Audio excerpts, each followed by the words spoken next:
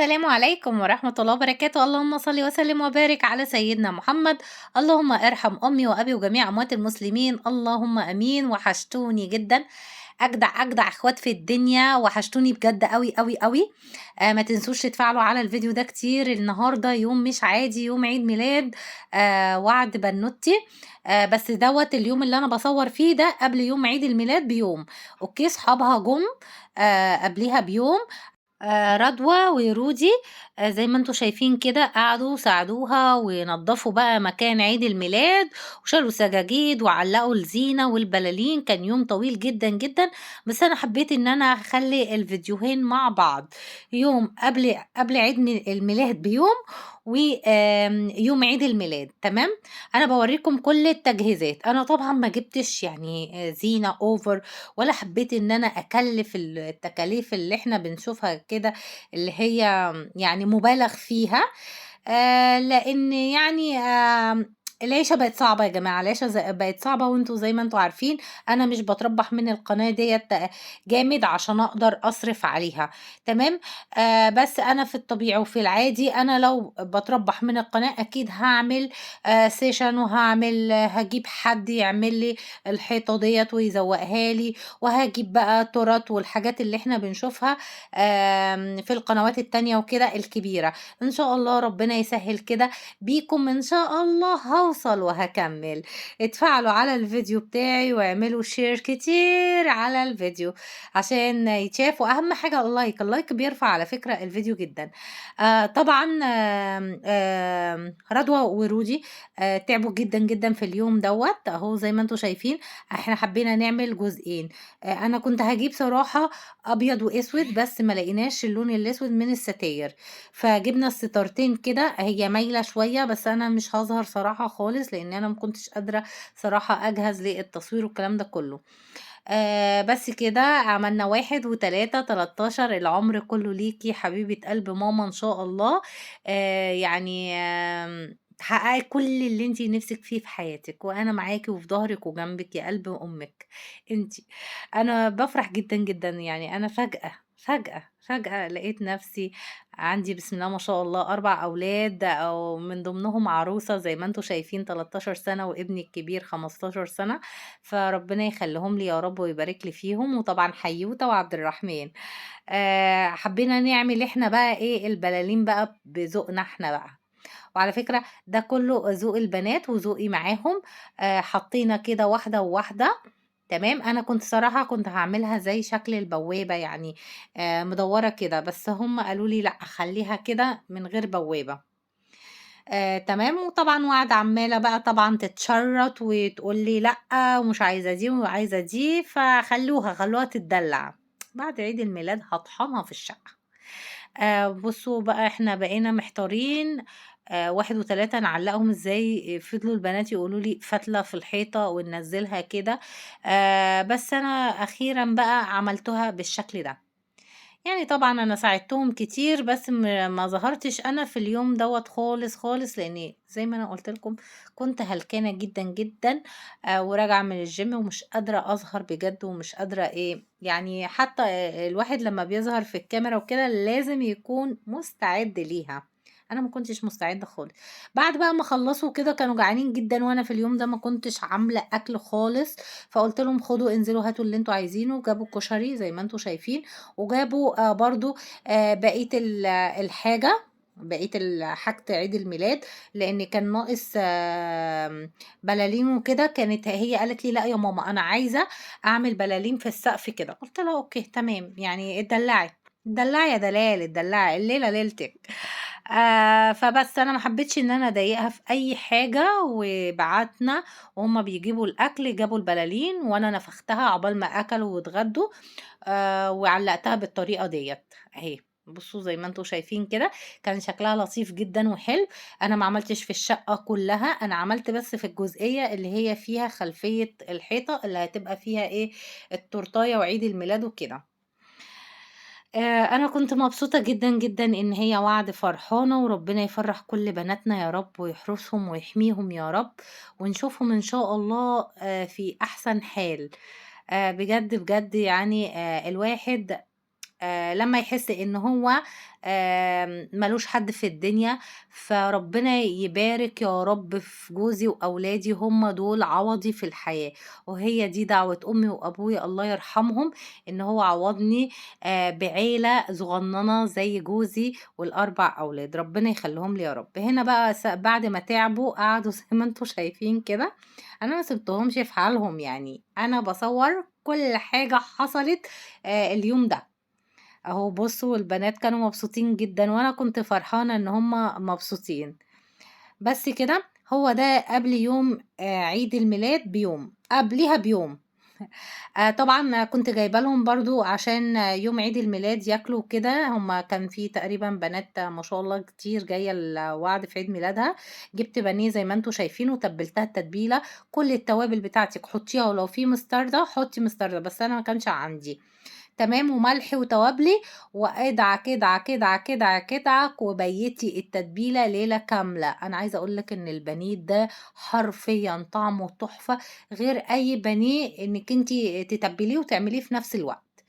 قعد ليلة كاملة لغاية تاني يوم أنا غطّيته بالكيس، لإن التوابل بتاعته كانت فوّاحة جدًا، لإن أنا حطيت كل التوابل. ده بقى يا بنات عشان بس تبقوا عارفين ده تاني يوم، ده يوم عيد الميلاد بقى. أوكي، صحيت من النوم طبعًا البنات عشان يعني هييجوا على الساعة 17:00 وهيمشوا بدري عشان أهاليهم وكده ما يقلقوش عليهم وما يمشوش متأخر، فأنا أول ما صحيت من النوم ضبّطت الدنيا برضه، رتّبت السراير والشقة وكده. وسلقت المكرونة وكان عندي صلصة في التلاجة، عملت مكرونة بصلصة وعملت بانيه، بس كده. ما رضيتش بقى إيه، أدخل بقى في قصة بقى إن أنا أقعد أعمل لهم بقى في محشي أو في بشاميل والكلام ده كله، لإن أنا حرفيًا أنا مُهلكة، مُهلكة، مُهلكة جدًا. فكان طبعًا العفش أنتم عارفين إن أنا العفش بتاعي معمول، بس يعني أنا سايباه كده لغاية ما أوضّب الشقة، فأنا بعتّ جِبت الترابيزة كانت هي خلصانة ومتغلفة وكده عند الراجل، فبعتّ جبتها أهو بُصّوا، كانت في المخزن عنده الكيس عايزة أقول لكم إن هو مليان تراب، لولا الكيس ما كانتش الترابيزة هتبقى بالشكل ده، عايزة أقول لكم إن أنا برضه شِلت من عليها كمية تراب رهيبة جدًا، أهو. أهو زي ما أنتم شايفين هي طبعًا تبان إن هي يعني واطية أوي، بس إحنا عشان إحنا عاملينها كده لل للأنتريه وكده، بس طبعًا التورتة مش هينفع بالارتفاع ده وهُم واقفين، فأنا فضلت أفكّر عندي ترابيزة أهي، اللي هي كانت 3 جوّه بعض، بس هي دي الوحيدة اللي فضلت من حياة بنتي، ربنا يحميكِ يا حياة، بجد مش عارفة من غيرِك الحاجة هتبوظ إزاي حيوتة. بس كده، بعد ما ضبّطت بقى الترابيزة اللي هيتحط عليها التورتاية والاحتفالية وكده، دخلت بقى أتبِّل البانيه عشان البنات لمّا ييجوا أول حاجة يقعدوا مع بعض شوية، أو طبعًا أخدنا كده سماعة بتاعة أختي، خدناها عقبال ما أجيب لهم بقى الأولاد بقى شباب وعايزين سماعة وعايزين بقى رقص وغُنى وDJ والكلام ده كلّه، فإن شاء الله، إن شاء الله هاجيب لهم سماعة. عايزة أقول لكم إن الساعة اللي أنا لابساها ديّة لسه جايباها جديدة، وصراحة كسّلت أعمل لكم عليها review. أنا كسولة جدًا، أهي السماعة، أهو بصّوا، السماعة جايباها في إيديها أهو، عادي، عادي، شحات لي نُص البلد عشان بس تبقوا عارفين. صحابها بقى طبعًا كانت هي وعد هي وصحابها هُم اللي بيجيبوا التورتاية، عشان بس تبقوا واخدين بالكم. طبعًا أهو جُم بقى بعض الأصدقاء جُم، بس لسه الباقي بسم الله ما شاء الله كانت عازمة حوالي ييجي 10 صحابها، حتى لو كانت عزمت 20 كان ما يجراش أي حاجة، بالرغم إن هي قالت لي: "يا ماما هُم ال7 بس اللي هييجوا." بس ما فرقتش كتير. طبعًا عملت لهم أهو الأكل زي مكرونة وبانيه ومخلل جنبيها وبس كده خلاص، وكان في بيبسي كمان. يعني بُص أصحابها واخدين راحتهم أوي، أوي على الآخر، أنا عايزة أقول لكم إن أنا كنت باجري وراهم بالشبشب. ربنا يحميهم يا رب ويخلّيهم لبعض، وأحلى صحوبية اللي هي بتبقى من الابتدائية، الإعدادية والثانوية. على فكرة البنات دول كلّهم من الابتدائية مع بعض، أنا كده خرجت من المطبخ بُصّوا شكلي كان عامل إزاي ومتبهدل، لسه هاضبّط نفسي ساعة عيد الميلاد وهاتصوّر معاهم وكده. بُص أنا لسه واخدة بالي إن أنا متبهدلة، طبعًا حركات وكده وجاية لهم بقى بالتورتاية وكده، لبست طرحة كده على الطقم اللي أنا كنت لابساه صراحة، ما رضيتش ألبس سواريه والكلام ده كله، ولا رضيت ألبس بقى إسدال ولا جلابية والكلام ده كله، قُلت أطقم بقى اللبس اللي أنا بانزل بيه الخروج. بس كده أهو بقى البنات كانوا فرحانين جدًا، جدًا، وأنا كنت مبسوطة والله بيهم، كان نفسي والله العظيم أجيب لهم الدنيا كلّها، بس صراحة أنا عملته كده على قدّي حاجة صغنّنة، بُصّوا البنات شُقاي أوي، قلبوا الكاميرا أول ما دخلت، عقبال ما جِبت الكاسات وكده. ربنا يحميهم يا رب ويفرّحهم دايمًا، ودايمًا كده متجمّعين ومع بعض لغاية الجامعة إن شاء الله. يعني أنا عمّالة أحمّسهم وأقول لهم يا بنات ذاكروا إن شاء الله هُم أولى إعدادي لسه طالعين تانية، عمّالة أقول لهم ذاكروا بقى وشدّوا حيلكم في تالتة عشان كلّه يدخل ثانوي عام وتبقوا مع بعض كده صُحبة حلوة.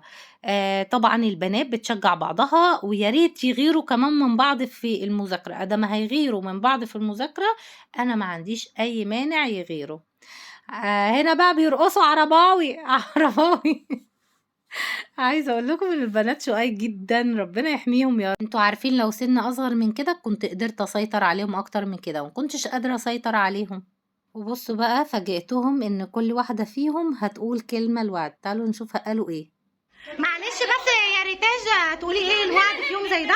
إيه؟ كل سنة أنتِ معايا ويعني كل سنة تكون حلوة كده ونكون مع بعض على طول يعني وكده على وضعِك يا ريتاج. يالّا رودي تقولي إيه؟ روضة. احب اقول لاختي أيوه، صغيره أيوه، حته من قلبي يعني طلّعي بقى 10 جنيه وكده بقى. كل سنه وانت طيبه حته من قلبي ربنا يخليكي ليا ويا رب نفضل روضة حبيبتي. يالّا رورو هتقولي إيه؟ يا رب دايمًا. وعد مش قادرة أقول لكم، و2 وعد حرام.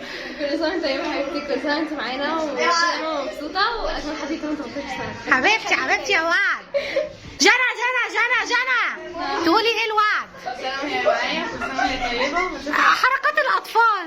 أيوه كمّلي. كل سنه وهي طيبه واشوفها احسن عروسه في الدنيا يا رب. تقولي إيه الوعد؟ لأ هي. يالّا لوجي تقولي إيه الوعد؟ كل سنة طيبة يا رب كل سنة وأنتِ معانا منورة حياتنا ويا رب تعقلي شوية حبيبتي. أيوه بقى. ريتاج على جنب يا ريتاج. مريوم تقولي إيه الوعد يا مريم؟ كل سنه وانت طيبه يا واد وأنتم مش بتحبوها يا جماعة والّا إيه؟ طب يالّا. كل سنه وانت طيبه يا رب ربنا يخليك طيب مين خدي تعالي يا مريم يا عسولة انتي احلى واحدة فيهم. ها قولي. اقول لك كل سنه وانت طيبة. هضربك امشي. كل سنه وانت طيبه يا رب تفضلي بخير يا رب تكوني معايا ان شاء الله حبيبتي في حد ناقص؟ يلا كلنا نيجي كده وانت تعملي سيلفي ونقول كلنا طب يلا يا بنات كلنا نقول ايه الوعد؟ كل سنه وانت طيبه عقبال ايه؟ مليون سنه يلا حالا يلا حيا ابو الفصل هيكون عيد ميلاده الليله اسعد الاعياد فليحيى ابو الفصل وطبعا رجعت اكتم الصوت تاني واسجل فويس كده عشان خاطر الازعاج اللي انتوا سمعتوه ده كان حاجة قليلة جدا وبقى صوت الاغاني والرقص وكده. ده حتى انا ما كنتش سامعاهم هما بيقولوا ايه الوعد.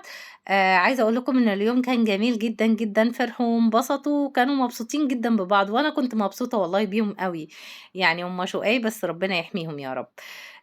طبعا الاغاني كلها مرضتش ان انا اسمعكم افتح الميوزك وكده عشان خاطر ما يجيليش حظر وكده لان الحاجات دي غلط وكده في اليوتيوب.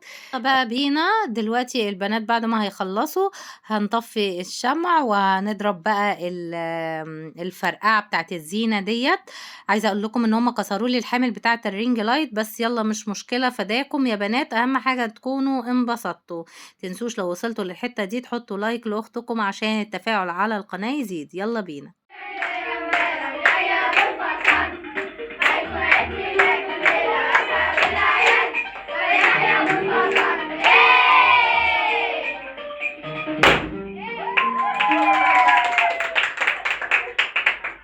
طبعا عايزة اقول لكم ان الدنيا اتبهدلت بعد ما الفرقعة بقى وفرحناهم بقى، هنقعد بقى نحتاس في البهدلة. بس على مين؟ انا ما سبتهمش الا طبعا في بنات كانوا متأخرين، بصوا واحدة بتشدهم عشان ينضفوا معاها، بس في بنات كانوا متأخرين وفي بنات عادي يعني معرفين مامتهم وكده. عايزة اوريكم، بص البيبيليس بنات صراحة ريتاش اللي مجنناني طول الفيديو. ووعد بقى بتوري لوعد صاحبتها، لانه وعد ليها صاحبتها ديت اللي ماسكة العقد ده اسمها وعد برضه. جايبه لها حاجات من عند دانا، او ما بيحبوا دانا قوي فبيجيبوا من عنده حاجات كتير، والميداليه اهي. انا بقول لها انا هاخد الميداليه، عجبتني جدا جدا حلوه قوي ولونها حلو على فكره، بحب الجري قوي. بس كده خلاص. وبنات صحابها بقى عاملين لها صور والحاجات دي كلها، انا هوريها لكم دلوقتي. بس بعد ما هنلم الشقه وكده، وعاملين لها بازل كده على صوره وعد، وجايبين لها شوكولاتات واكسسوارات وحاجات حلوه قوي، وجايبين لها تنت، وجايبين لها ملمع، وجايبين لها مسكره. مع اني ببقى معترضه جدا على المسكره لان هم لسه صغيرين، بقول الملمع عادي وزبده الكاكاو عادي والكلام ده كله والتنت عادي. بس هم البنات بقى كده في السن ده بيبقوا حابين ايه، شويه دلع وكده. تعالوا بقى على رواقه كده، بعد ما خلصت ونضفت الشقه قلت لها تعالي وريني بقى حاجات عيد الميلاد بتاعتك. عاملين لها صور جميله قوي، واحده كده بازل والتانية شكلها جميل قوي، وجايبين لها اكسسوارات كتير لان هم عارفين ان هي مجنونة اكسسوارات. جايبين لها المسكرة ديت اللي انا متغاظة منها، اللي انا هاخدها منها ان شاء الله. جايبين لها شوكولاتات، وجايبين لها تنت بقى، وجايبين لها ملمع شفايف والكلام ده كله. اهو اكسسوارات تاني زي ما انتوا شايفين كده، وجايبين لها برفان حلوة قوي، ريحة البرفان دي قوي. وجايبين لها ميدالية اللي طالعة من عينيا، اللي قالت لي يا ماما انا هجيب لك والله واحدة زيها من عند دانا اول ما هنزل، ما نشوف هتجيبي لي ولا لا يا وعد. اكتبوا لها تحت في كومنتات هاتي لماما يا وعد الميدالية اللي هي نفسها فيها، انا عجباني قوي، هتطلع من عيني على فكرة. وفي اخر الفيديو اقول لكم ما تنسوش اختكم بدعوة حلوة منكم، واهم حاجة اللايك اللي بيرفع الفيديو، كومنتاتكم اللي انا بستناها. اتفاعلوا يا جماعة على الفيديوهات بتاعتي عشان استمر، عشان انتوا عيلتي التانية اللي بستقوى بيها زي ما بقول لكم كل مرة. وكل سنة وانتي طيبة يا وعد، عقبال مليون سنة. وفي اخر الفيديو اقول لكم السلام عليكم ورحمة الله وبركاته. وفي ناس ادوها فلوس على فكرة، وزي ما انتوا شايفين. باي باي.